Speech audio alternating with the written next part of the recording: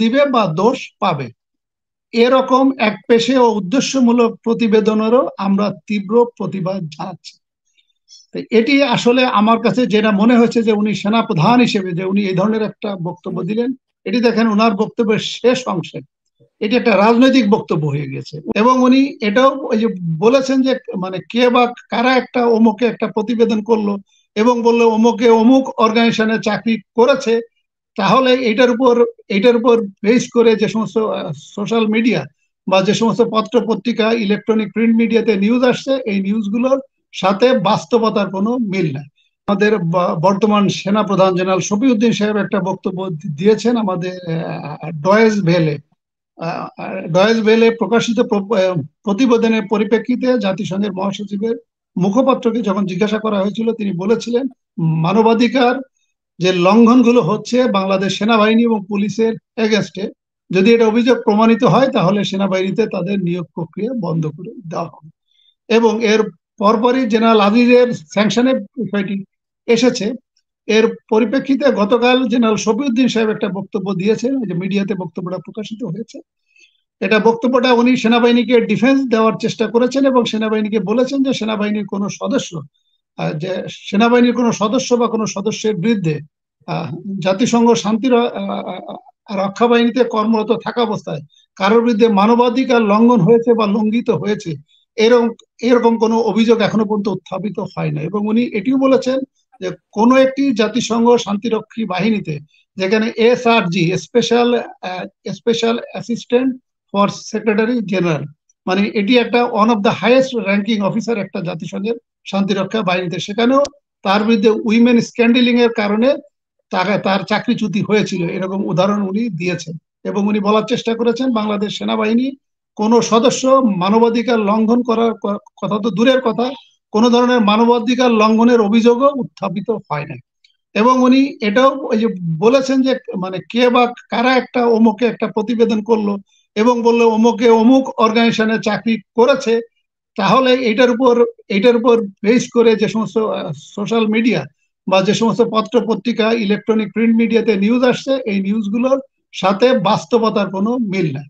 এবং উনি যে কথাটি ওই যে বলেছে, আমি আপনার মাধ্যমে একটু জনগণকে অবহিত করতে চাচ্ছি। আমাদের বর্তমান সেনাপ্রধান জেনারেল শফিউদ্দিন সাহেব কথাটা যেটা বলেছেন এইভাবে, উনি বলেছেন যে জার্মান ভিত্তিক গণমাধ্যম ডয়েজ ভেলে প্রচারিত তথ্যচিত্র প্রসঙ্গ টেনে সেনাপ্রধান বলেন, আজকে কেউ একটি প্রতিবেদন করে বলার চেষ্টা করেছে অমুকে অমুক অর্গানাইজেশনের চাকরি করার সময় একটি মানবাধিকার লঙ্ঘন করেছে, এটা এটা একটা শোনা কথা। যদি বাস্তবে এটা হয়েও থাকে তবে আমাদেরকে এ ব্যাপারে জানানো হয়েছিল কিনা, বাস্তবে যা হচ্ছে আর তারা যেটা বলার চেষ্টা করছে দুটি সম্পূর্ণ ভিন্ন বলেও মন্তব্য করেন জেনারেল শফিউদ্দিন। এবং ওনার এই প্রেস ব্রিফিং এ বা মিডিয়ার সাথে কথা বলার সময় উনি উপসংহারে বা সর্বশেষাংশে উনি বলেছেন যে একটা উদ্দেশ্য নিয়ে এমন প্রতিবেদন করা হচ্ছে উল্লেখ করে সেনাপ্রধান বলেন, এখানে তথ্যচিত্রে তারা তাদের হতাশা ব্যক্ত করে